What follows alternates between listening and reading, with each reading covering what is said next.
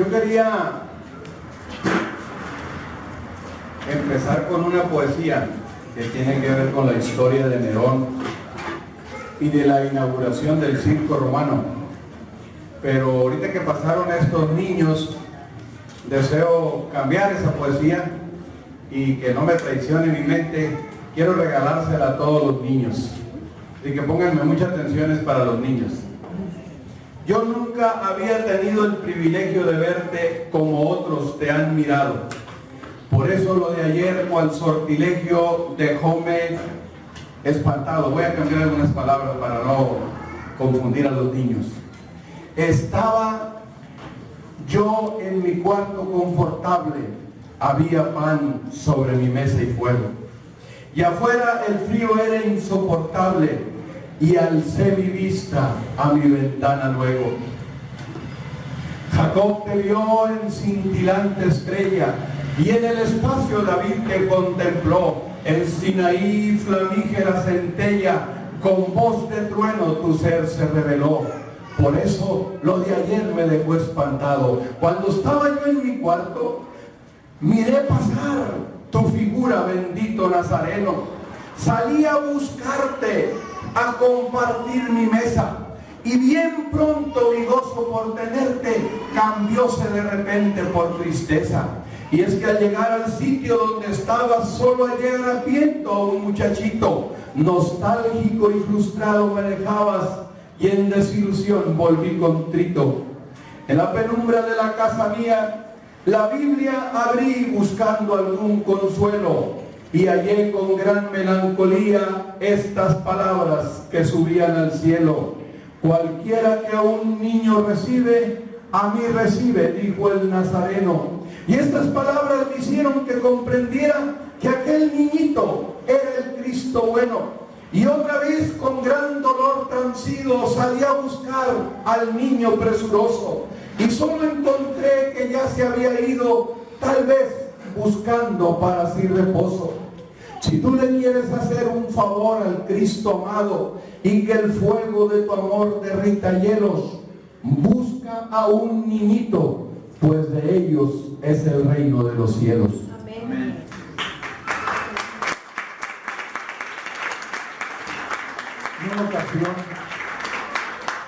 En una ocasión a un predicador le preguntaron que si cómo le había ido en su campaña, y él dijo: se salvaron 3 almas y media.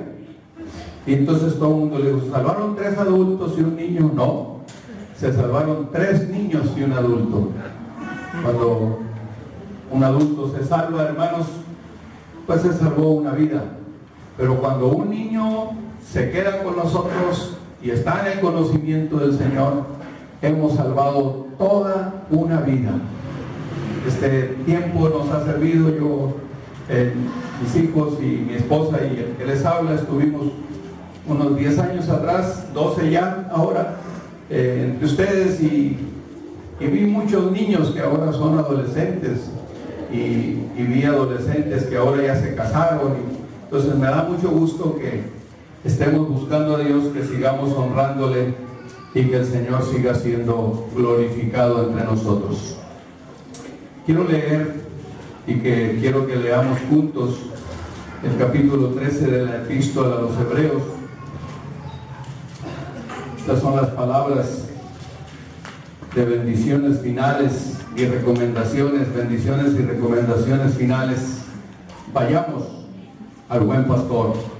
Eso es lo que parte del capítulo 13 nos dice. Ven, vayamos, salgamos al buen pastor, busquemos ese buen pastor. Pero quiero que leamos el capítulo detenidamente y posteriormente oramos para iniciar.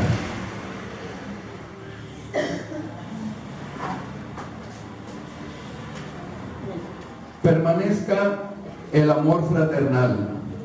No os olvidéis de la hospitalidad, porque por ella algunos, sin saberlo, otras versiones dicen sin pensarlo, hospedaron ángeles. Acordaos de los presos como si estuvierais presos juntamente con ellos, y de los maltratados como que también vosotros mismos estáis en el cuerpo. Honroso sea en todos el matrimonio. Diga conmigo, en todos. Honroso sea en todos el matrimonio y el lecho sin mancilla. Pero los fornicarios y adúlteros los juzgará Dios.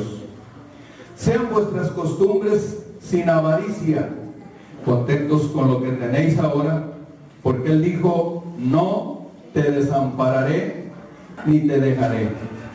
De manera que podemos decir confiadamente, el Señor es mi ayudador, no temeré lo que me pueda hacer el hombre. Acordaos de vuestros pastores que os hablaron la palabra de Dios. Considerad cuál haya sido el resultado de su conducta e imitad su fe. Jesucristo es el mismo ayer y hoy y por los siglos. No os dejéis llevar de doctrinas diversas y extrañas, porque buena cosa es afirmar el corazón con la gracia. No con viandas que nunca aprovecharon a los que se han ocupado de ellas. Tenemos un altar del cual no tienen derecho de comer los que sirven al tabernáculo. Porque los cuerpos de aquellos animales cuya sangre a causa del pecado es introducida en el santuario por el sumo sacerdote, son quemadas fuera del campamento. Por lo cual también Jesús, para santificar al pueblo mediante su sangre, padeció fuera de la puerta. Salgamos pues a él fuera del campamento llevando su vituperio, porque no tenemos aquí ciudad permanente, sino que buscamos la porvenir. Así que, uno de los así que nos encontramos, como nos decía Gerson en la mañana, así que ofrezcamos siempre a Dios por medio de Él. ¿Por medio de quién? De Jesucristo. Ofrezcamos siempre a Dios por medio de Jesucristo sacrificio de alabanza, es decir, fruto de labios que confiesan su nombre. Y de hacer bien y de la ayuda mutua no os olvidéis, porque de tales sacrificios se agrada a Dios. Obedeced a vuestros pastores y sujetaos a ellos, porque ellos velan por vuestras almas como quienes han de dar cuenta, para que lo hagan con alegría y no quejándose, porque esto no es provechoso. Orad por nosotros, pues confiamos en que tenemos buena conciencia, deseando conducirnos bien en todo. Y más os ruego que lo hagáis así, para que yo os sea restituido más pronto. Y el Dios de paz, que resucitó de los muertos a nuestro Señor Jesucristo, el gran pastor de las ovejas, por la sangre del pacto eterno, os haga aptos en toda obra buena, para que hagáis su voluntad, haciendo Él en vosotros lo que es agradable delante de Él por Jesucristo, al cual sea la gloria por los siglos de los siglos. Amén. Os ruego, hermanos, que soportéis la palabra de exhortación, pues os he escrito brevemente. Sabed que está en libertad nuestro hermano Timoteo, con el cual si viniere pronto iré a veros. Saludad a todos vuestros pastores y a todos los santos. Los de Italia os saludan. La gracia sea con todos vosotros. Amén. Señor, te honramos, te damos muchas gracias. ¿Cómo te agradecemos, Señor, el que tú estés en medio de nosotros como un poderoso gigante? ¿Cómo te agradecemos que nuestras oraciones tengan sentido y forma única y sencillamente porque adoramos a un Dios que está vivo, a un Dios que no vemos, a un Dios que no es necesario sentirlo porque no dependemos de nuestras emociones ni de nuestros sentimientos, Dependemos de la verdad de tu palabra, que tu palabra dice que eres 3 veces santo y toda la tierra está llena de tu gloria. Este lugar está llena con tu gloria, Señor, porque hemos estado aquí nosotros. No, está llena con tu gloria sencillamente porque estamos invocando a aquel Jesús que Dios lo levantó de entre los muertos. Estamos adorando al gran pastor de las ovejas. Por la sangre del pacto eterno lo hiciste nuestro hermano mayor. Y estamos aquí con gratitud en nuestro corazón. Estamos aquí agradecidos en esta noche, Señor, por todo lo que nos has dispensado durante este campamento. Cada plática, cada momento, cada oportunidad de convivir entre nosotros y podernos bendecir unos a otros, poderle dar el abrazo a ese niño, poder darle la mano al anciano, a la hermana, poder ayudar en la cocina, poder ayudar en todas partes, podernos estimular unos a otros al amor y a las buenas obras. Gracias, porque hemos podido hacer un ejercicio de esta epístola maravillosa durante esta semana, durante estos 4 días. Y gracias, Señor, te agradecemos infinitamente poder tener ese sumo sacerdote. Gracias. El escritor de Hebreos pinta ese cuadro maravilloso. Y cómo me encanta, Señor, esa expresión cuando dice: porque tal sacerdote nos convenía, santo, sublime, hecho más grande que los cielos, que no tienen necesidad como los otros sacerdotes de entrar cada rato al lugar santísimo, sino que te presentaste una sola vez y para siempre, para salvarnos eternamente, Señor. Estábamos perdidos. Sin ti éramos menos que nada, Señor. Oh, pero ahora tu palabra dice que somos tus hermanos menores,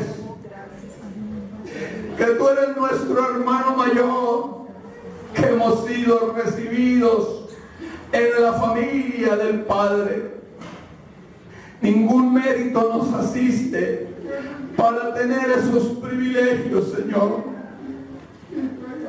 Solamente tu gracia, solamente el abrigo de tu misericordia. Porque así te plugó a ti, porque así te plació, porque tú lo quisiste, Señor. Ninguno de nuestros méritos te obliga a hacer nada, porque las mejores de nuestras obras son como trapos de inmundicia. Pero mira la sangre de tu Hijo derramada por nosotros. La sangre del gran pacto, Señor, eterno. No es un pacto por 3 días. No es un pacto por 3 generaciones. Es la sangre del pacto eterno. En la eternidad pasada lo pactaron tú y tu Hijo. Y Él pudo decir: no es Gabriel, no es Simón, no es Serafín, no es nadie de los arcángeles que puede ir. Yo iré, Padre. Yo tomaré la forma de los hombres. Yo me voy a humillar. Yo me voy a vaciar de la inmunidad celeste. Yo voy a morir en el Calvario para derramar la sangre que tú estás pidiendo para saciar la ira por el pecado de la humanidad. Gracias, gracias, Jesús. Muchas gracias, ahora y siempre.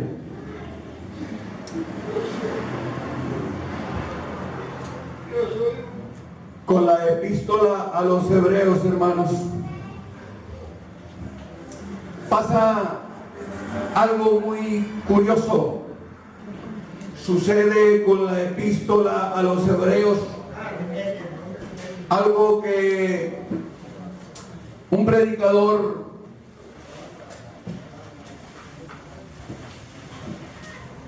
anciano es consultado por un joven predicador al cual le empiezan a invitar a compartir la palabra. Y este muchacho se acerca al anciano predicador y le dice: ¿cuál es la clave? ¿Cuál es la forma? ¿Cuál es la manera en que usted diseña el mensaje, prepara el mensaje? Y el predicador le dice: bueno, lo primero que yo hago es que les digo lo que voy a hacer. Y luego les digo lo que voy a hacer. Y finalmente les explico lo que voy a hacer. Esto es lo que sucede con la carta a los hebreos, lo que nos sucedió a nosotros durante esta semana. Es imposible que no hubiésemos tocado lo que unos tocaron del otro tema. Era imposible, no es una carta por separada, ya lo hemos explicado, lo explicó Gerson, lo explica Tony muy acertadamente el día de ayer. Pero finalmente tenemos que llegar a lo que son las palabras de despedida del autor de esta carta. Finalmente tenemos que llegar a lo que la escritura que ustedes tienen enfrente dice en su título con negrillas: deberes cristianos. Es decir, el escritor utiliza los primeros 12 capítulos para llenarnos de toda la información con respecto al tema que quiere dar. Y utiliza el capítulo final para su despedida, sí es cierto, pero para dar los consejos finales. Y empieza diciendo: hermanos, que permanezca el amor fraternal. No estoy diciendo él de ninguna manera que los hermanos no tienen amor fraternal.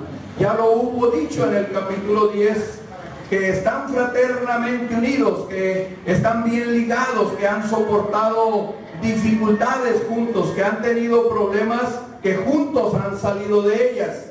Lo que aquí está diciendo es, quiere recalcar, porque hay un odio acentuado en el judaísmo contra el judaísmo cristiano. Es lo que debimos haber percibido durante estos 4 días. Los judíos eran muy exclusivistas de su religión, de sus principios, de sus técnicas, de sus maneras de adorar a Dios.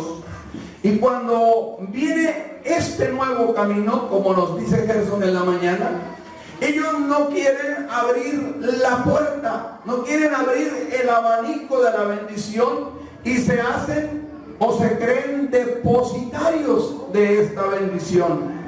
Pero es justamente el apóstol Pedro, en el primer mensaje que da en el libro de los Hechos, que les dice casi al final del capítulo 2, no lo vamos a buscar, les aseguro que ahí está. Ustedes han de recordar que cuando Pedro termina el mensaje les dice: porque para ustedes, le está hablando a los judíos, para ustedes es la promesa, y para sus hijos, y para todos a cuantos el Señor nuestro Dios llamare. Y ese todos a cuantos el Señor nuestro Dios llamare, por supuesto que está hablando de la universalidad del Evangelio. Ese todos a cuantos el Señor nuestro Dios llamare nos incluye a ti y a mí, porque Él nos ha llamado con llamamiento santo. Entonces ese problema estaba muy acentuado en el primer siglo. Por eso el escritor dice: hermanos, que permanezca el amor fraternal. No se dejen vencer por aquellos que quieren cerrar el abanico. Y luego dice: amor fraternal, porque precisamente está hablando de la familia de Dios. Está hablando que este amor debe ser fraterno, porque debe de ser amor de hermanos.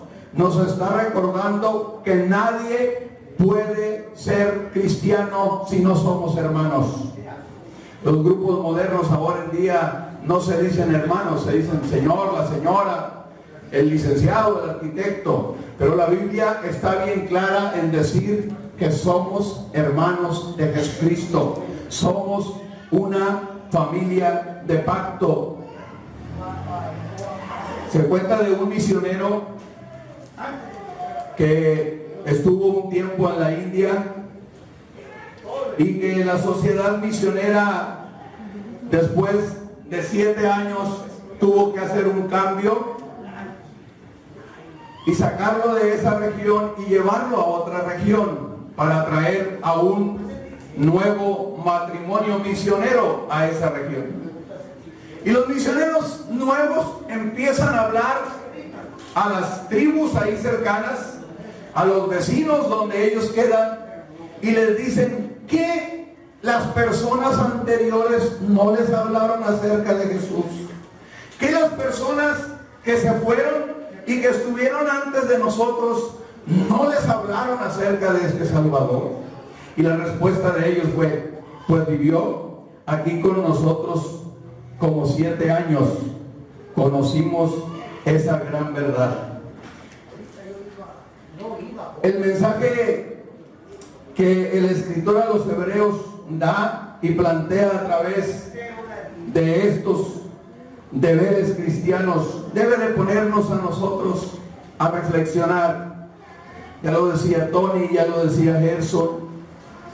Hermanos, cuando nosotros pensamos más de lo que se debe en nosotros, le restamos a los demás o le concedemos menos de lo que se debe a los demás, empieza en nosotros a entibiarse el amor, a apagarse el amor.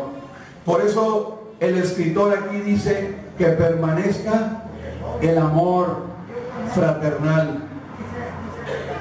El apóstol del amor hace un ejemplo muy progresivo en el Evangelio de Juan, que vale la pena ir a él y entender esa gran verdad de lo que el apóstol Juan habla en el Evangelio que lleva su nombre. Quiero que se vayan conmigo al capítulo 15 del Evangelio de Juan. La progresión de la que habla Juan en su Evangelio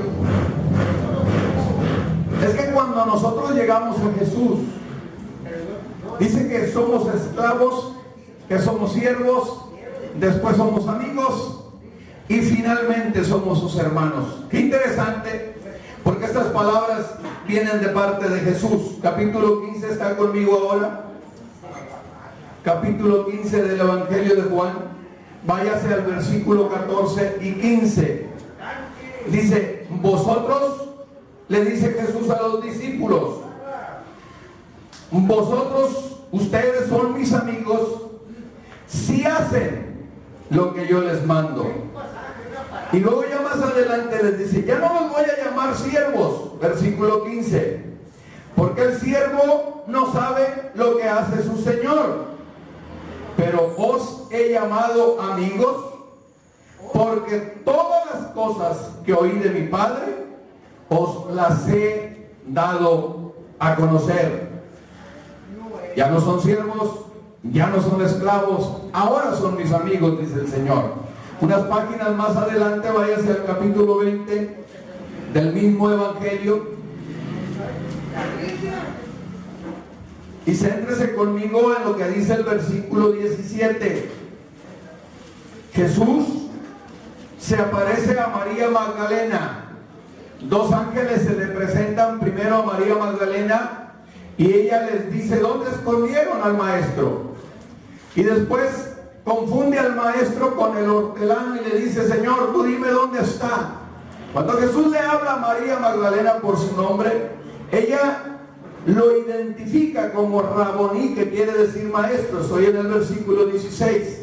Pero el 20:17 dice: Jesús le dijo: no me toques, porque aún no he subido a mi Padre, mas ve a mis hermanos y diles, subo a mi Padre y a vuestro Padre, a mi Dios y a vuestro Dios. Qué interesante esta progresión, hermanos.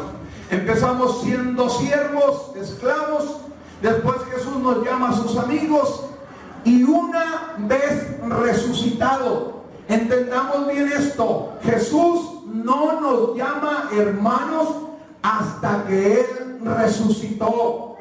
A partir de la resurrección de Cristo, la Biblia claramente nos identifica como hermanos de Jesucristo. Somos entonces la familia del nuevo pacto.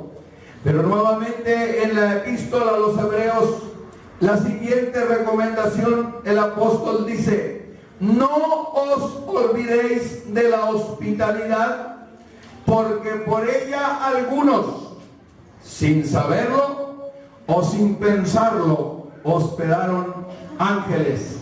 Quizás esta aclaración o esta declaración, el escritor lo trae a la memoria de lo que sucede con Abraham, ya lo vimos la primera noche, o de lo que sucede con Lot, que hospedaron ángeles, y nosotros decimos, bueno, pero eso que tiene que ver en el siglo XXI.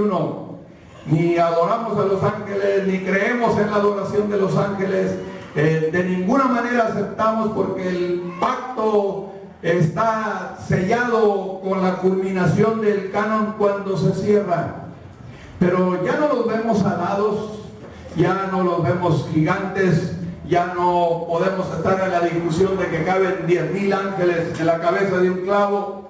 Pero los ángeles a los que hace alusión aquí este escritor en el capítulo 13, sin temor que yo no estoy queriéndome salir del contexto, todos nosotros tenemos la posibilidad de bendecir a nuestros hermanos. Yo dije al principio, cuando estuvimos hace 10 años o 12 años, conocimos ángeles chaparritos, conocimos ángeles gorditos, entre mujeres y hombres, gorditos, chaparritos, blancos, morenos, prietitos, y ustedes se convirtieron en ángeles para nosotros. Hubo momentos muy difíciles. Yo recuerdo un ángel así que habla medio chipilón, que cuando no nos llegaba con pozole, nos llegaba con tamales, dice, hermano, aquí traigo esta bendición. Pues gloria a Dios, porque nada más resalto, Tom, pero todos ustedes, hermanos, todas las familias de esta congregación tienen un lugar muy especial en nuestro corazón. En el tiempo de la adolescencia de nuestros hijos, ellos se fueron contentos, ellos se fueron bendecidos, ellos se fueron con recuerdos muy gratos de esta congregación. Y es lo que dice el escritor aquí, que permanezca ese amor, que haya esa sensibilidad en nosotros. Es decir, que lo que estamos aprendiendo de doctrina, que lo que se nos está insistiendo y insistiendo de teología, entendamos, como dice Fernando, que esta fe tiene patitas, que lo que nosotros enseñamos lo tenemos que hacer vida con nuestro ejemplo. Muchas veces nos lo dijo eso nuestro pastor, ¿se acuerdan? Y lo puede seguir diciendo, por supuesto, porque continúa siendo una voz autorizada entre nosotros. Hermanos, esto no es para oírlo y que usted se llene de información, sino esto es para oírlo, que pase de aquí al corazón y que nosotros podamos multiplicarnos en otros.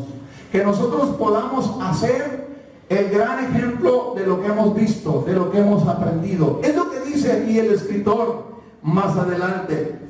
Continúa diciendo, acuérdense de los presos como si estuvieran presos juntamente con ellos, y de los maltratados como también vosotros mismos estuvieras maltratados en el cuerpo. No se olviden de la hospitalidad. Este ministerio de humanidad a veces ha dejado de observarse, pero tenemos un gran compromiso, hermanos, entre nosotros. Creo que Tony ayer habló un poquito de esto, lo que los sociólogos dicen, los que estudian la conducta Dicen que cuando tú mires a alguien, cuando tú estás en un momento depresivo, que eso no debe suceder entre nosotros. Por supuesto, los psicólogos lo dicen para el ambiente mundanal, pero la depresión no existe entre nosotros, no debe de existir. La depresión es un demonio. Como creyentes nosotros somos dueños de promesas fieles y maravillosas de parte de Dios. Pero dicen los responsables de la conducta humana que cuando tú quieras tener compasión de los demás y no compasión de ti mismo, te vayas a los cinturones de miseria de la ciudad, así a la periferia de la ciudad, y vayas ahí a donde está la gente que recoge comida de entre la basura y selecciona la mejor comida de entre la basura, para que no te estés quejando de lo que tú no tienes en tu casa. Usted se da una vuelta alrededor de la ciudad en donde existen los cinturones de miseria y se va a dar cuenta en magnitud así macro elevada de la gran bendición que nosotros tenemos por ser el pueblo de Dios. Pero también debe de tener la sensibilidad suficiente para entender este pasaje. Y dice, acuérdense, no somos llaneros solitarios, estamos en medio de una sociedad a la que podemos bendecir. Dicen que John Wesley, cuando enviaba a sus misioneros a predicar, les decía: prediquen el evangelio de Dios, hablen de las grandes bendiciones de Dios, y si es posible, si es necesario, digan palabras. Es decir, creo entender que tenemos de parte de Dios el mensaje más grande que nosotros podemos dar. Tenemos, hermanos, la responsabilidad de predicar con nuestro testimonio. Usted tiene a su alrededor, decía Gerson ayer, vecinos muy desagradables. Usted tiene en su trabajo compañeros de trabajo con una gran necesidad, con grandes vacíos, con grandes angustias en su corazón, y usted tiene sentado en el trono de su corazón al Cristo glorioso. Nuestro ejemplo, nuestra conducta, nuestra manera de conducirnos, nuestra tranquilidad, nuestras expresiones, a veces hasta la expresión facial. ¿Cómo estás? Pues bien. No, somos personas a las que nos ha llegado la gracia de Dios y una sonrisa nuestra. A veces no estoy diciendo que en vez de predicar se suelten riendo en el mercado, no estamos locos también, pero nuestro estilo de vida, hermanos, es un mensaje poderoso, es un arma poderosa en las manos de Dios para destruir al enemigo. Usted tiene a su alrededor gentes que minuto a minuto están frente a la eternidad, y la oportunidad de hablarles de la vida eterna surge de muchas maneras y de muchas formas. Si es necesario predicarles, tenemos que hacerlo. Hay cosas como estos deberes cristianos que a veces no es muy común tener que decirle amén a las gentes, ni quiero que lo hagan ahora por cuestiones de manipuleo, pero tenemos que entender que estamos aquí como miembros de ese nuevo pacto para bendecir al Señor, y entender que por esta razón, por amor a Dios y por compasión a los demás, Dios nos dice: acuérdense de los presos. Se va a un consejo siguiente, no quiero detenerme mucho porque los consejos ustedes los reciben oportunamente de sus pastores, pero estoy solamente siguiendo la lectura de la Escritura. El versículo 4 dice: honroso sea en todos el matrimonio y el lecho sin mancilla, pero los fornicarios y a los adúlteros los juzgará Dios. La relación íntima más maravillosa, la relación humana, íntima más maravillosa es el matrimonio.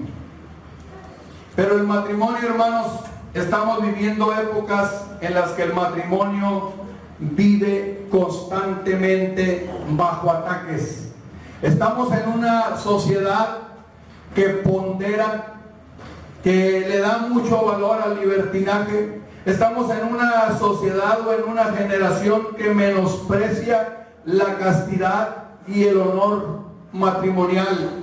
Y nosotros somos matrimonios ejemplares, o al menos debemos de ser matrimonios ejemplares en medio de esa sociedad caótica en la que usted y yo nos movemos. Por otra parte, hay sectas, hay movimientos que promueven el celibato y el ascetismo. Por supuesto, ninguno de estas dos promociones son un garante o salvaguardas de la inmoralidad. Solamente el matrimonio digno es la vida íntegra que Dios desea que nosotros vivamos. Por eso el escritor aquí dice: a los adúlteros y a los fornicarios juzgará Dios, porque ni uno ni otro se salva. Lo único autorizado por Dios, y dice el escritor, honroso sea en todos, no en unos pocos, no en los que promueven que así sea y deja o dispensa a los que promueven el celibato. El Señor dice: honroso sea en todos el matrimonio. Y luego se va al versículo 5 y dice: sean vuestras costumbres sin avaricia, contentos con lo que tienen ahora, porque Él dijo: no te dejaré ni te desampararé. De manera que podamos decir confiadamente: el Señor es mi ayudador, no temeré lo que me pueda hacer el hombre. Comprenda conmigo lo que el texto dice: contentos con lo que tenemos ahora. No dice conformes, dice contentos. Porque el contentamiento, hermanos, tiene que ver con la expresión de la alegría que nosotros sentimos por la manera y la forma en que Dios decide bendecirnos. Eso es lo que quiere decir contentamiento, la alegría que nuestro corazón tiene por la manera y la forma en que Dios decide bendecirnos. El conformismo supone una supresión voluntaria a un estado que usted y yo podemos cambiar con nuestro esfuerzo y con nuestro trabajo. Escuché una vez de un hombre que estaba en un centro de rehabilitación y que les dijo a sus padres: ya no aguanto. Y le dice el papá: ¿qué es lo que no aguantas? Pues ya no aguanto lo a gusto que estoy aquí. No es eso lo que el Señor quiere. Él dice que debemos estar contentos con su bendición, que debemos de tener alegría, que debemos de alegrarnos porque Él es nuestro ayudador. Pero no nos dice que nos conformemos, nos dice que nos esforcemos, porque lo primero tiene que ver, el contentamiento tiene que ver con la dependencia que nosotros tenemos de Dios y de sus bendiciones, de sus promesas, que son mucho. La segunda la ocasiona nuestra negligencia. El conformismo la ocasiona nuestra negligencia. Por eso el escritor dice: Dios es fiel, de manera que podamos decir confiadamente: Dios es mi ayudador, no temeré a lo que el hombre me pueda hacer. Quiero leer solamente una escritura. Me remonto hasta el libro de Deuteronomios, para dejar un poco de lado Levíticos. Lo hemos leído todos estos 4 días. Deuteronomio 31.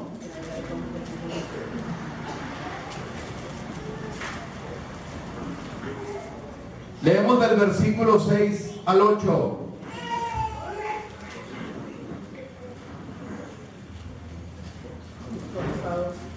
Esforzaos y cobrad ánimo, no temáis ni tengáis miedo de ellos, porque Jehová tu Dios es el que va contigo, no te dejará ni te desamparará. Por supuesto, era una promesa para los hermanos que iban a entrar a la tierra prometida. Dice, cobren ánimo, esfuércense. O sea, cobren ánimo, no doblen las manos. Cobren ánimo, no se sienten en sus laureles. Cobren ánimo, esfuércense, sean valientes, échenle ganas.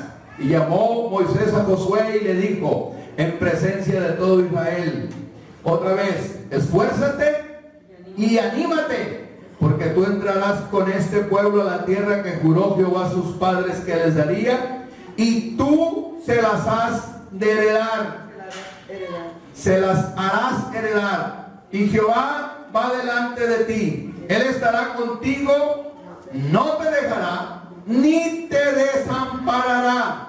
No temas, ni te intimides. Es lo que le está diciendo el escritor a los hebreos, a los hermanos, cuando se despide. Les dice de manera que podamos decir claramente, el Señor es nuestro ayudador. Pero note lo que estamos diciendo, no es tirarnos en nuestros laureles, no es doblar nuestras manos, no es conformarnos, es contentarnos, entendiendo que Dios es fiel a sus promesas.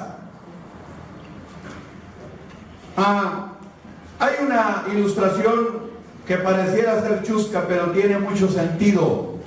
Cuentan de dos ancianitas que estaban rentando las casas contiguas una a la otra, de esos techos así medio pobrecillos de lámina, y la casa se empezó a quemar, y una a la otra le dice, vecina, hay que orar porque se está quemando la casa.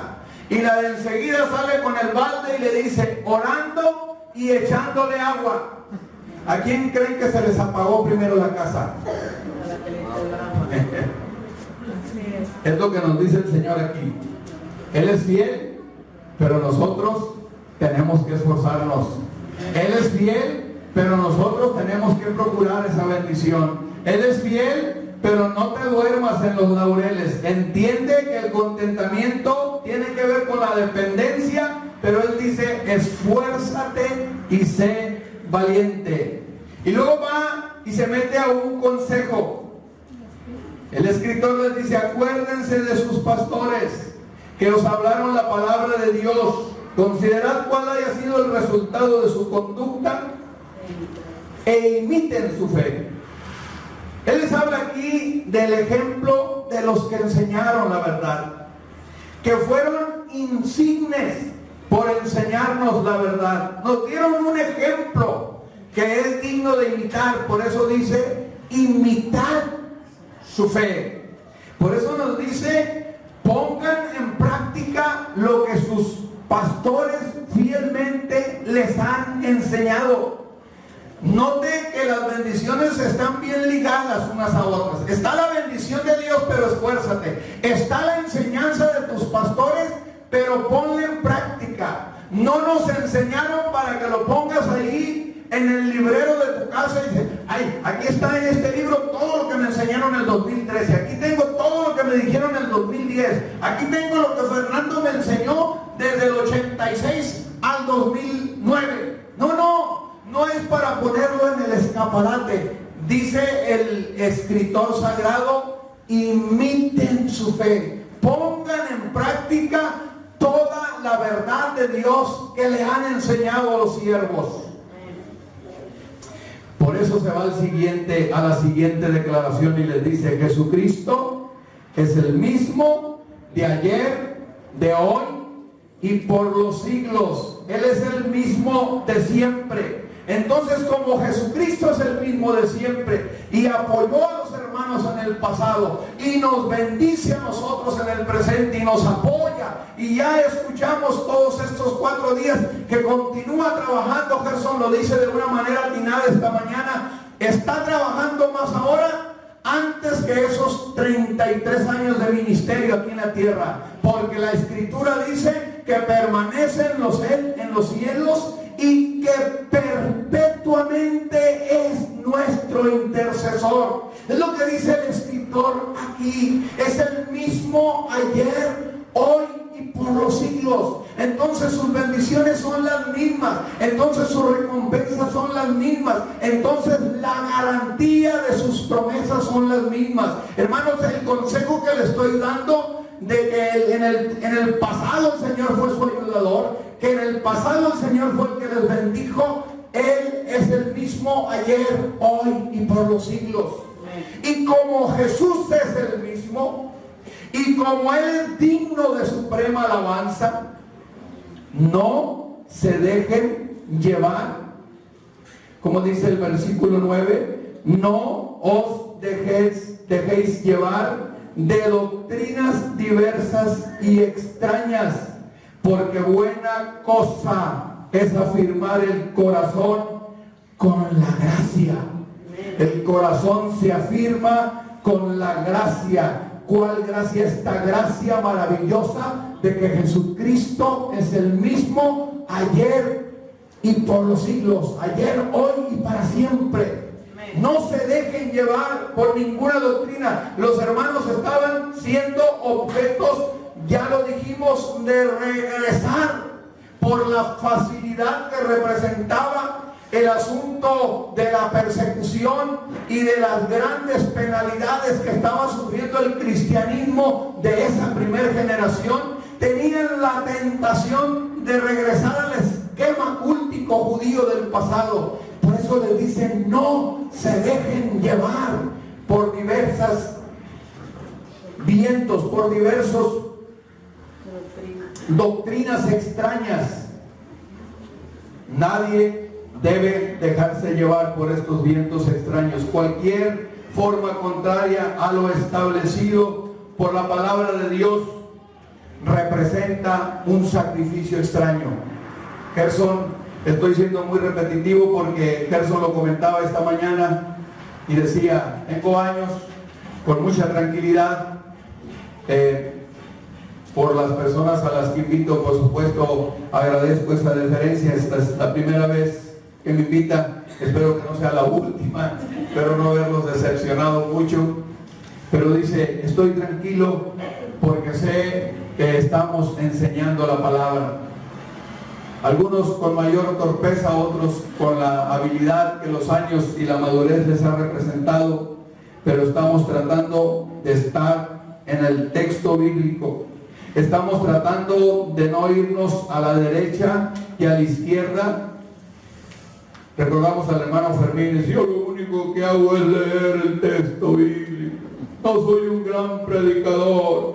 No lo estoy diciendo con afán de peyorativo, sino honrando a ese gran siervo de Dios. Dice, lo único que hago es decir lo que dice el texto bíblico. Hemos tratado, hermanos, estos días de hacer eso. Y gracias, Gerson, por esa declaración de la mañana. Dice, estoy tranquilo. Agradecemos a Dios esta hermosa oportunidad que hemos tenido de poder entender aquí en el texto bíblico, de poderlo leer y tratar de explicarlo de alguna manera. Seguíamos leyendo y estamos en el 10, dice, tenemos un altar del cual nadie tiene derecho de comer lo que se sirve o los que sirven al tabernáculo, del cual no tienen derecho de comer los que sirven al tabernáculo, porque los cuerpos de aquellos animales cuya sangre a causa del pecado es introducida en el santuario por el sumo sacerdote, son quemadas fuera del campamento, por lo cual también Jesús, para santificar al pueblo mediante su propia sangre, padeció fuera del campamento. Lo que está diciendo el escritor aquí es que los rituales del Antiguo Testamento ya de nada sirven. Fuera del campamento anuló la promulgación de los sacrificios levíticos.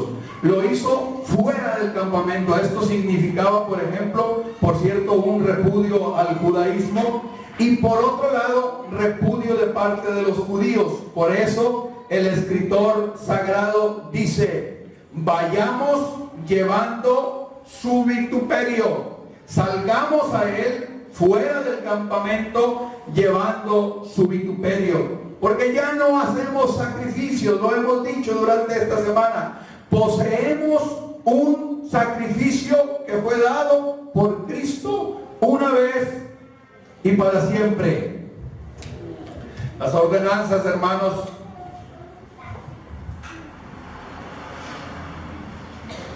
de los rituales del Antiguo Testamento ya no sirven, ya se quedaron atrás, ya no son necesarios en nosotros, porque somos una comunidad activa, queremos agradar a Dios siempre y queremos defender con nuestra vida el sacrificio de la muerte de Cristo. Es muy fácil, pareciera ser muy fácil morir por Cristo. Hay gente que dice, no, yo sí estoy dispuesto a morir, pero el Señor lo que quiere es que estemos dispuestos con nuestra vida a defender ese sacrificio. Que te peguen un balazo porque eres cristiano, pues se acabó y te fuiste y la eternidad está lograda. Pero toda una vida de esfuerzo para defender el Evangelio, todo un tiempo en tu trabajo, en la escuela, entre tus vecinos, es lo que Dios desea. ¿O qué acaso no dice la Escritura que somos luz y somos sal de la tierra? ¿Qué acaso no dice el Señor que la lámpara no se prende para estar debajo de un almud debajo de la mesa? ¿Qué acaso no dice el Señor que la sal no debe perder su sabor porque para lo único que sirve es para pintar un caminito y que los hombres la pisen? Que la sal debe tener sabor, que la sal debe curar, que la sal debe servir para que la herida sane, que la sal debe servir para conservar los alimentos, que la sal debe servir para darle sabor. Por eso así debemos de ser nosotros en medio de una generación perversa y adulterina. Philip leía un pasaje de Isaías al cual me quiero remontar a unos versículos que él no leyó y que siguen después del último que leyó, porque no era su tema. No estoy criticando eso, sino que leyó hasta el 15 y a partir del versículo 16 del capítulo 1 el profeta nos dice algo maravilloso.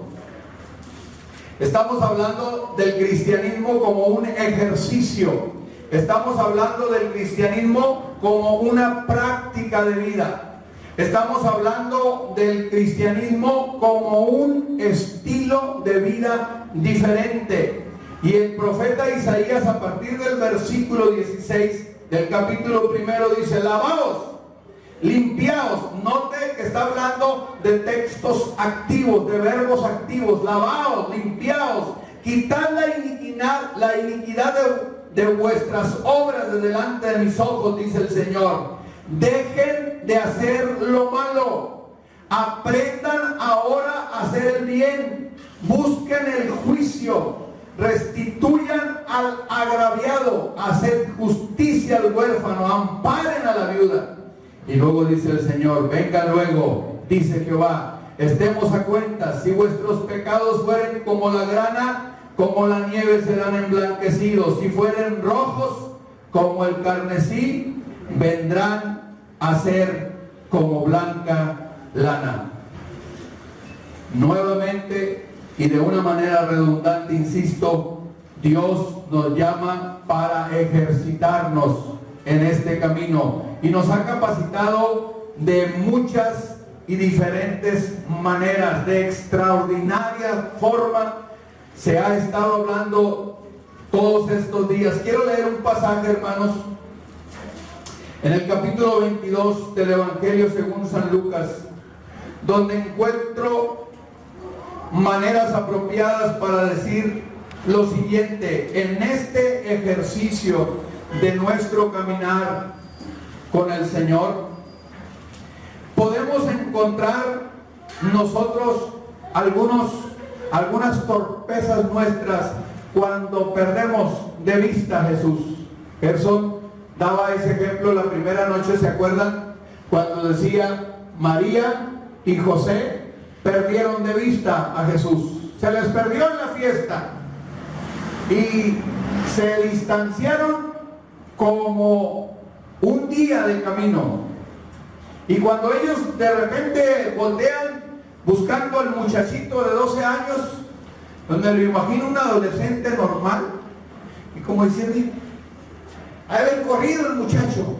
Y resulta que se tienen que regresar todo un día de camino porque el Señor estaba sentado con los doctores de la ley. Y le dice a José y a María, pues ¿no saben acaso que en los asuntos de mi Padre tengo que estar? Pues sucede algo diferente con Pedro. Estamos en Lucas 22. ¿Ya están ahí? Estamos hablando al final de la carrera ministerial de Jesús en la tierra. Estamos hablando del ejercicio que como cristianos debemos de hacer en nuestro diario caminar. Quiero leer con ustedes Lucas 22 del 54 en lo adelante.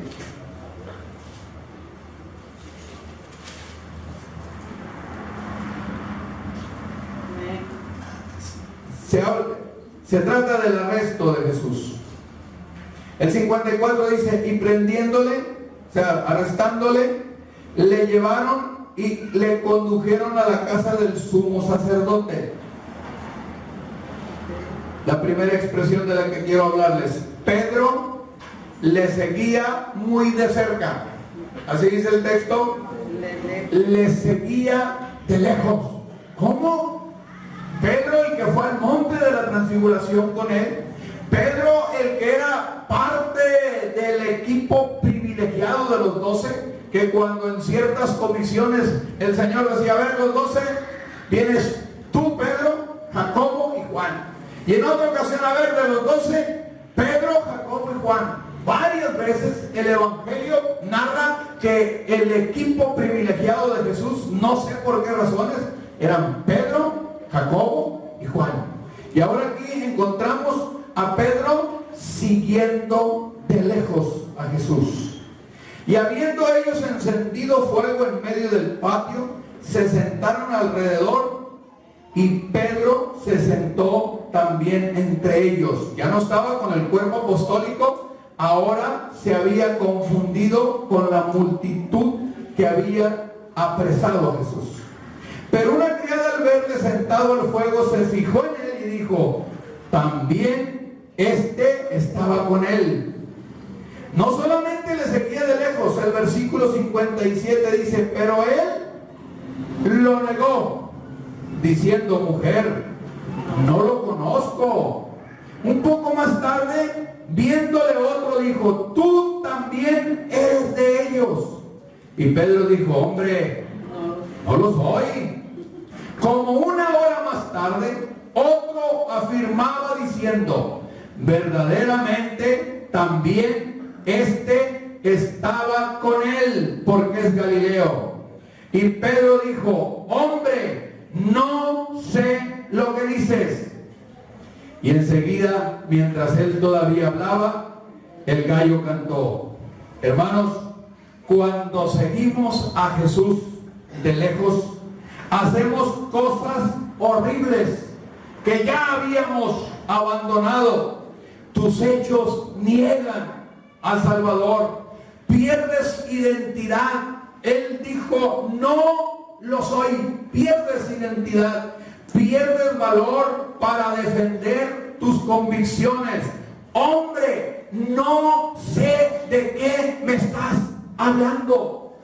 No podemos alejarnos del Maestro porque perdemos valores. No podemos alejarnos del Maestro porque nuestros hechos van a empezar a negarlo. No podemos alejarnos del Maestro porque vamos a perder identidad.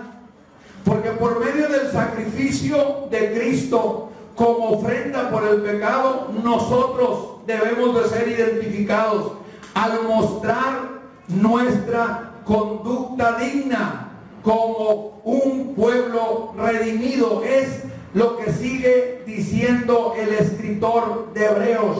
Somos un pueblo de nuevo pacto. Somos miembros de ese nuevo pacto. Hay un pasaje que no está aquí, pero no lo quiero pasar por alto porque me lo dejaron de regalo. Nadie lo tocó a pesar de que nos paseamos por toda la epístola. Me emociona decir esto, una cosa así que estoy descubriendo el mundo, pero quiero que se vaya al capítulo 6 del libro de Hebreos. Somos un pueblo con mejores promesas. Y hablamos de que la palabra mejores aparecía 13 veces en la epístola. En este pasaje aparecen mejores promesas y mejores juramentos. ¿Se acuerda usted cuando de niños jugaba uno, el plebe me van a decir, al bote robado, a las escondidas, a los juegos aquellos infantiles que no nos hacían torpes de las manos, sino que teníamos que correr, brincar, escondernos? ¿Se acuerdan que cuando decía 1, 2, 3 por Joaquín, que está detrás de aquel muro y estaba medio oscuro, pues no había tantas luces? Qué bonitos esos juegos, ¿verdad? No estoy hablando de esos juegos, pero recuerden que cuando se hacía un alboroto así, porque no es cierto, no estaba ahí, te equivocaste, perdiste, y la abuelita ahí, no, sí, júralo por tu abuelita que no es cierto, lo juro por mi abuelita. Y de ahí surgió ese famoso dicho de que me muera yo a que se muera mi abuelita, pues que se muera mi abuelita, ¿verdad? Pero cuando no nos podíamos rajar, perdonen la expresión, es cuando nos decían, júralo por Dios, a ver, júralo por Dios, que no estabas ahí. Pues ya uno como que tenía más temor, así. Todos hemos crecido con un cierto temor, seamos cristianos o no, ¿cierto o no es cierto? O que nos dijeran, a ver, júralo por tu mamá. Ah, no, por mi mamá, no, ¿cómo se va a morir doña Tulita? O ya cuando nos arrinconaban por alguien más grande que nosotros, no podíamos mentir, ¿cierto o no es cierto? Sí, es cierto. Pues es lo que dice este pasaje. Mire, váyase conmigo al 6:13. Porque cuando Dios hizo la promesa a Abraham, no pudiendo jurar por otro mayor, juró por sí mismo, diciendo, de cierto te bendeciré con abundancia y te multiplicaré grandemente. Y habiendo esperado con paciencia, alcanzó la promesa. Porque los hombres, es lo que les decía ahorita, ciertamente juran por uno mayor que ellos, y para ellos el fin de la controversia en el bote robado es el juramento para confirmación.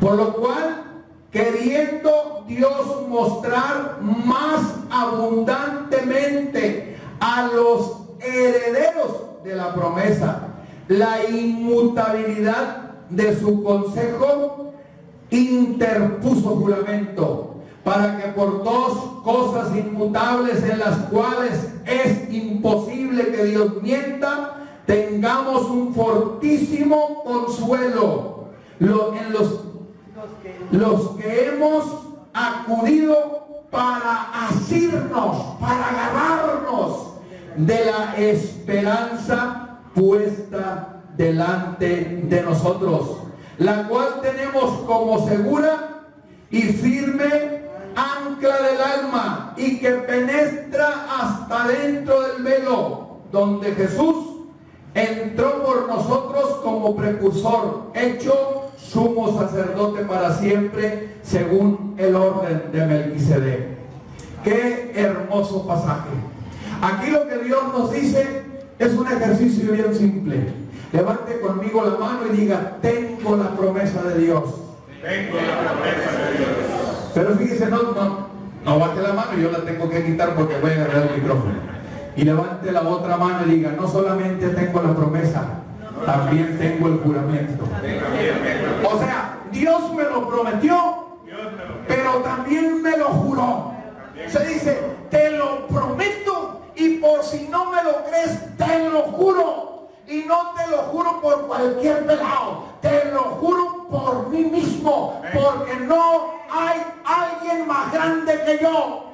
Nosotros como humanos juramos por uno más grande, pero Dios no encontró a nadie más grande que Él y dijo, lo juro por mí mismo, que te bendeciré, que te rescataré, que te salvaré, que encontraré un Salvador, que encontraré al sacrificio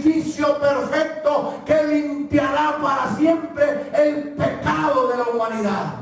Te lo juro, te lo prometo y te lo juro. Dos cosas por las cuales Dios no puede cambiar. Bendito su nombre para siempre.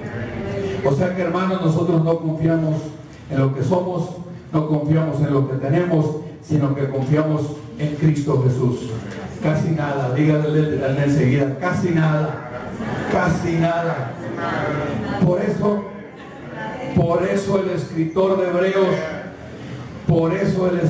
Hebreos nos lleva a lo que sigue. Sé que la gran mayoría ya no está pensando en mí, está pensando ni en el mensaje, ni en esto, está pensando en el humo,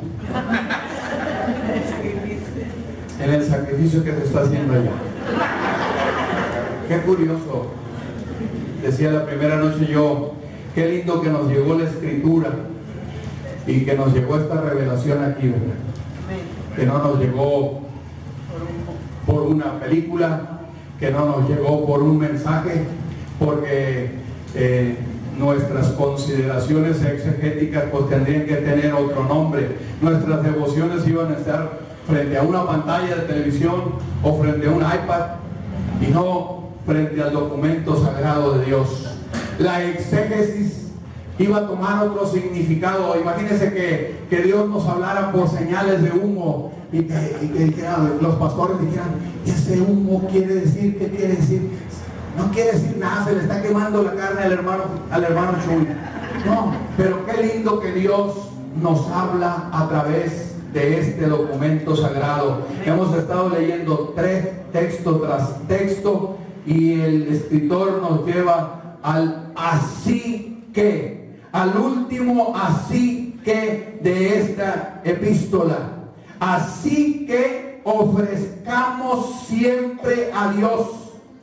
¿Cuándo dice? Ofrezcamos domingo a domingo. Siempre. No dice aquí cada campamento. No dice hágase cristiano 3 semanas antes del campamento y dure 2 semanas en la iglesia y después váyase. No. Aquí dice así que ofrezcamos siempre. Cuando tienes ganas y cuando no tienes. Cuando el predicador te agrada y cuando no te agrada. Cuando se pasa porque habló 1 hora y media o cuando habló 15 minutos.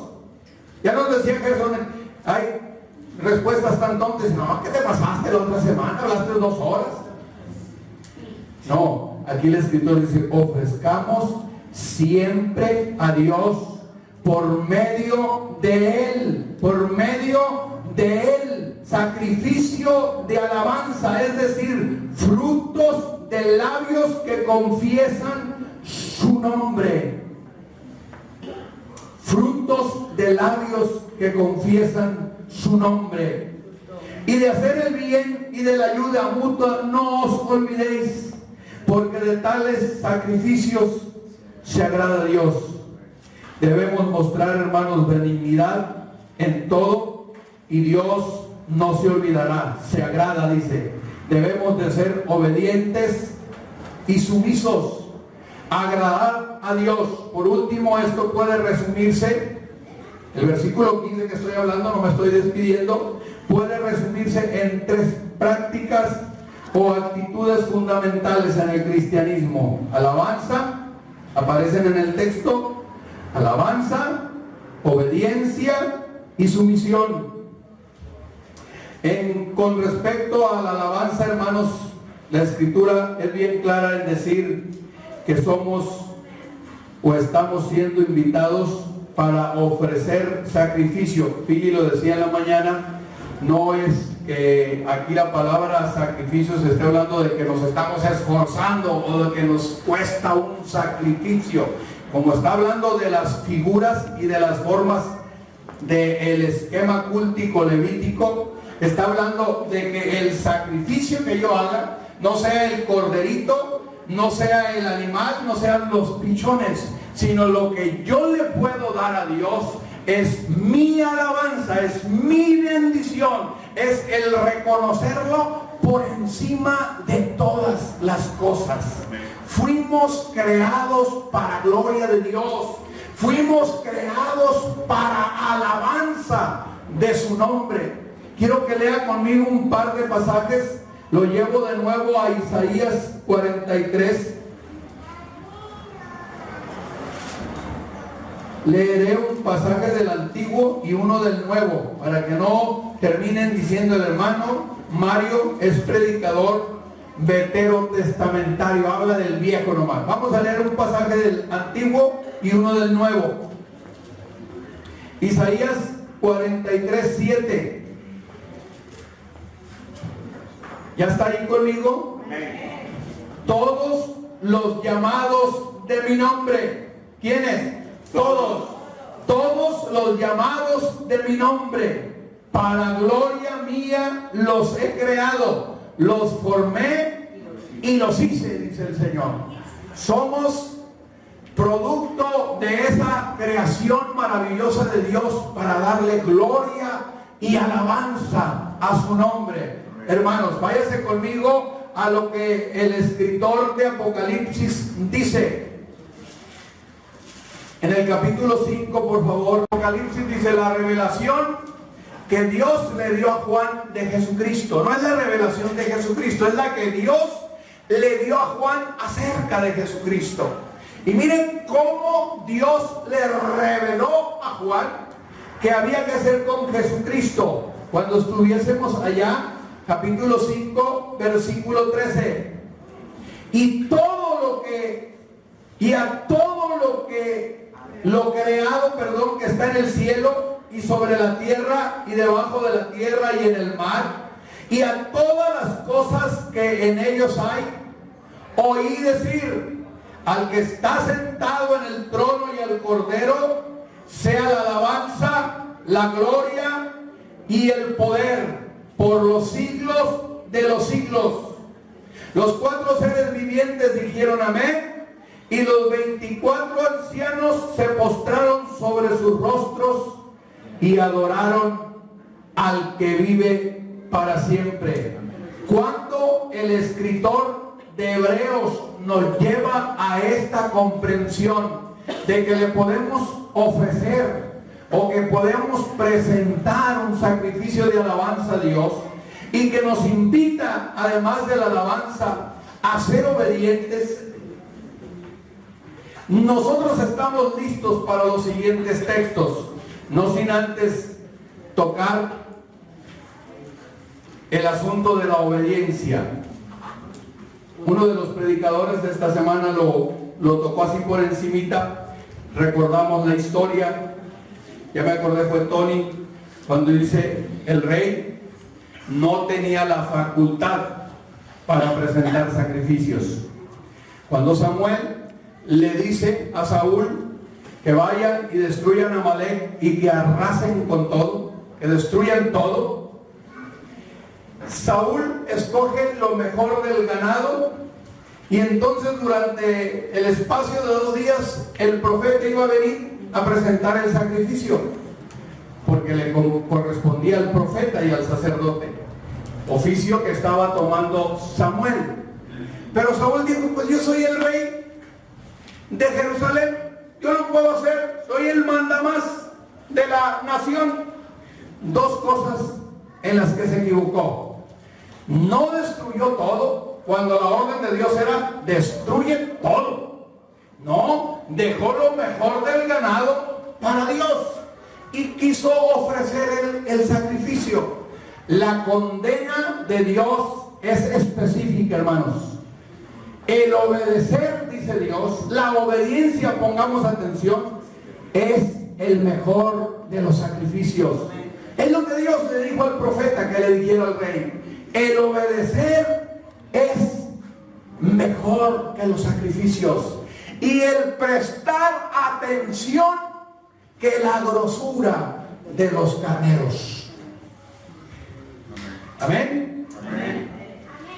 ¿Qué decimos de la sumisión? Tenemos en Jesús el ejemplo perfecto de la sumisión. Lo hemos visto durante esta semana. Hablamos de ese famoso canto de la catarsis, de la kenosis, como dicen los teólogos, y que parecen palabras muy bonitas, y no es otra cosa más que Jesús se humilló, tomó la forma de siervo, fue hasta la muerte y Dios lo exaltó a lo sumo. Le dio un nombre por encima de todo nombre, única y exclusivamente porque fue sumiso, se humilló, se despojó de la inmunidad celeste, conservando su grandeza, su señorío, pero sufrió entre nosotros. Pero Dios le dio un nombre, y esa sumisión es el ejemplo perfecto para nosotros. Y lo único que Dios nos dice en el Sermón del Monte: hagan lo mismo, señores, que así alumbre la luz delante de los hombres y que le den gloria a los hermanos de la iglesia.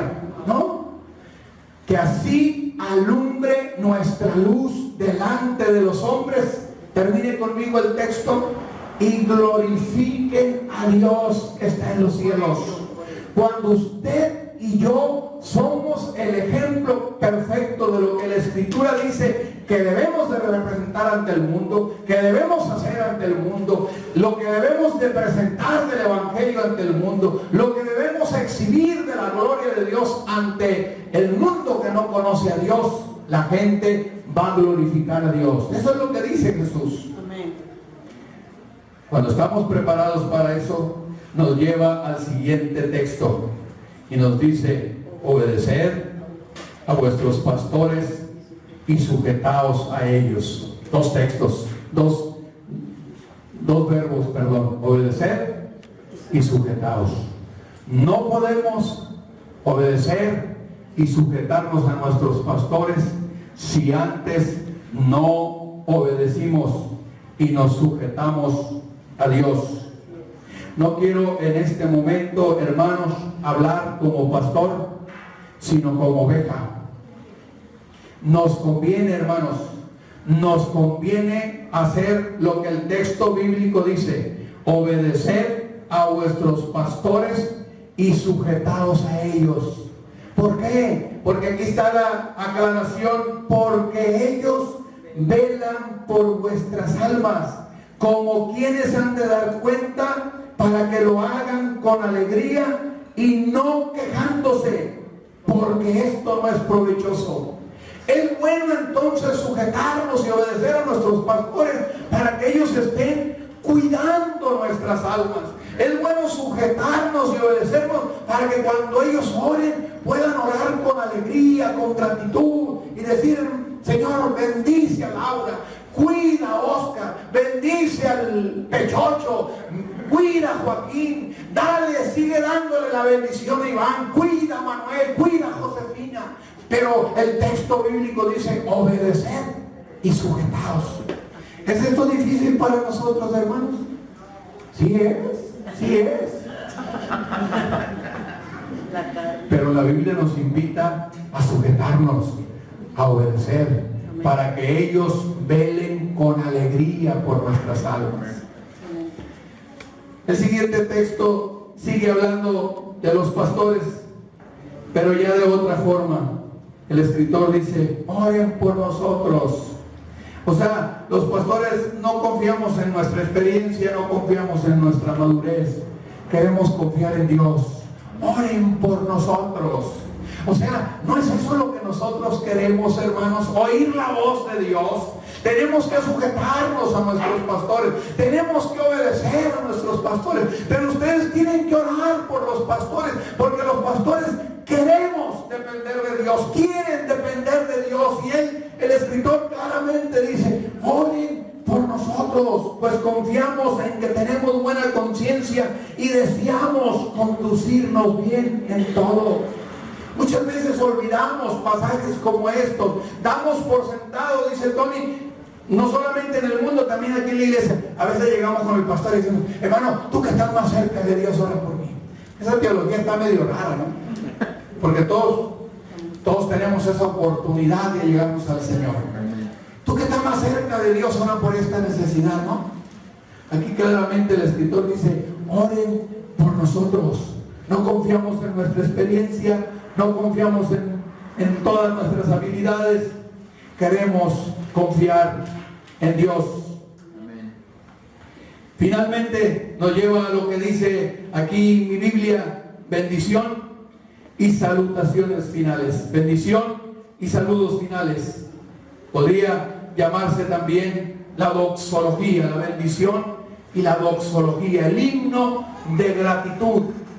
Y qué manera tan estupenda, tan maravillosa de cerrar lo que ha sido una epístola fascinante durante estos 4 días. El escritor dice: y el Dios de paz. Pudo haber dicho aquí el Dios de gloria, pudo haber dicho aquí el Dios poderoso, pudo haber dicho aquí el Dios majestuoso, pero dice el Dios de paz. Porque en las situaciones más agónicas de nuestra vida, en las situaciones más difíciles de nuestra vida, en las situaciones más desesperantes de nuestra vida, el escritor nos remite a la fuente de nuestra paz. Él es nuestra paz, el Dios de paz. Y no solamente se queda ahí. Dice, este Dios de paz es el mismo que resucitó de los muertos a nuestro Señor Jesucristo. Qué cosa tan maravillosa. Ese Dios que nos da paz, ese Dios que nos lleva a la paz, resucitó a nuestro Señor Jesucristo. Era el conflicto ahí en medio de ese pueblo, ahí en medio de las dificultades que tenían los hebreos. Y el escritor les asegura, el Dios de paz es el mismo que resucitó a nuestro Señor Jesucristo. Y no solamente se queda ahí, sino que dice, el gran pastor de las ovejas. Es decir, el Cristo al que resucitó el Dios de paz es el gran pastor de las ovejas. Qué hermoso, qué lindo que nosotros tengamos pastores, porque ya lo dijimos ahorita, vamos a orar por nuestros pastores, ¿verdad, hermanos? Vamos a seguir orando, yo creo que lo hacen ustedes, pues. Pero aquí dice, el gran pastor de las ovejas. Qué lindo que tengamos pastores. Ustedes tienen 2 pastores aquí. Algunos tenemos un solo pastor. Hay congregaciones que tienen 3, 4 pastores. Qué hermoso que tengan 2 pastores y que a veces dicen, no, pues esto que yo traigo, no por menospreciar a Gerson, pero pues se lo voy a contar a Fernando. Y a veces dicen, no se lo voy a contar a Fernando porque Gerson es como más buena onda. Pues qué bueno eso de que tienen 2 pastores y que pueden ir a cualquiera de los 2 y que Dios los va a bendecir a través de ese consejo. Qué lindo, qué hermoso que tengamos pastores, pero el escritor aquí nos dice algo más glorioso. El gran pastor de las ovejas. Qué lindo que tengamos pastores, pero más glorioso poder decir, Jehová es mi pastor. Amén. Y el escritor dice, el Dios de paz que resucitó de los muertos a nuestro Señor Jesucristo, el gran pastor de las ovejas. Termina la doxología diciendo, por la sangre del pacto eterno. Esta es la bendición que Dios nos quiere dar. Si hay un momento agónico en la historia de la humanidad, hermanos, si hay un momento en el que Jesús parecía el hombre más derrotado del mundo, fue en el momento de la crucifixión. Por eso esa paz llega a nuestro corazón cuando el escritor dice, y el Dios de paz que resucitó de entre los muertos a Jesús. Pareciera ser que todo estaba perdido, pero el escritor dice, resucitó de entre los muertos a nuestro Señor Jesucristo. Y no solamente lo resucitó, lo hizo el gran pastor de las ovejas. El mismo Jesucristo dio el ejemplo de decir, siendo el buen pastor, deja las 99 seguras y va por la que está perdida. Esa es una experiencia que todos nosotros hemos vivido en un momento de la vida. No estamos solos, no estamos abandonados, no estamos perdidos. Cuando más agónica ha estado nuestra vida, podemos sentir la ayuda y el respaldo del gran pastor de las ovejas, nuestro Señor Jesucristo. Por eso tenemos que honrarle. Este epístola, hermanos, contiene serias advertencias, fuertes advertencias, justificadas advertencias. Ya lo hemos visto durante todos estos 4 días.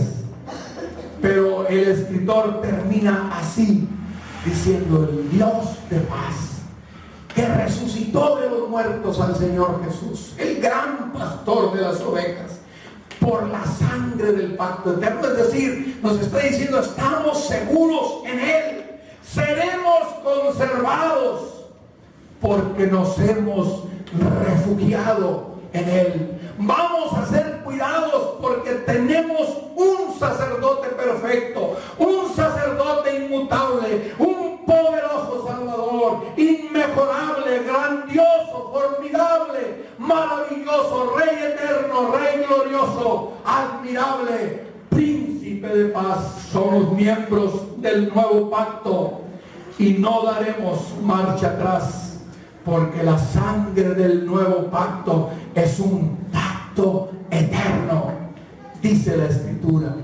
Por eso podemos entrar confiadamente. Tenemos esta bendición garantizada. Hay una expresión del capítulo 4 de Hebreos a la que ya se ha referido Gerson, Tony, quizás Philly, quizás yo por encima. Pero cada vez que el sumo sacerdote entraba a la última cortina llamada el lugar santísimo, han de recordarse que le ponían campanillas aquí alrededor y le ponían una cuerda aquí en el medio al angelito, porque si se había equivocado, porque si había entrado mal al lugar santísimo, nomás se iba a oír esto, no se iba a oír el tin, tin, tin, tin, tin, tin. No se iba a oír el como el de los fariseos. Se iba a oír el... Ninguno de nosotros, por nuestros méritos, era capaz de hacer lo que hacían esos sumos sacerdotes. Yo estoy seguro que la gran mayoría de nosotros, al entrar, íbamos a azotar. Y para eso era la cuerda, para jalarnos. No podían entrar los que se quedaron allá, por eso tenían que jalar. Hermanos, ya no nos jalan la cuerdita. No quiero con eso decir que tenemos que abusar con la gracia, pero ya no nos jalan la cuerdita. Por eso el escritor dice: entren con confianza. Podemos entrar con confianza. Hay gracia abundante, hay misericordia abundante. No podemos entrar y decir: híjole, ¿irá a caer el filio o no?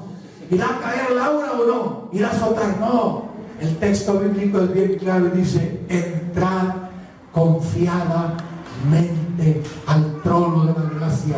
Siempre habrá gracia, siempre ocupamos gracia, siempre ocuparemos misericordia de Dios. Somos receptores de esa gracia, somos receptores de esa misericordia por el abrigo de la misericordia de Dios sobre nosotros, por esa superabundante gracia que Dios ha derramado sobre nosotros.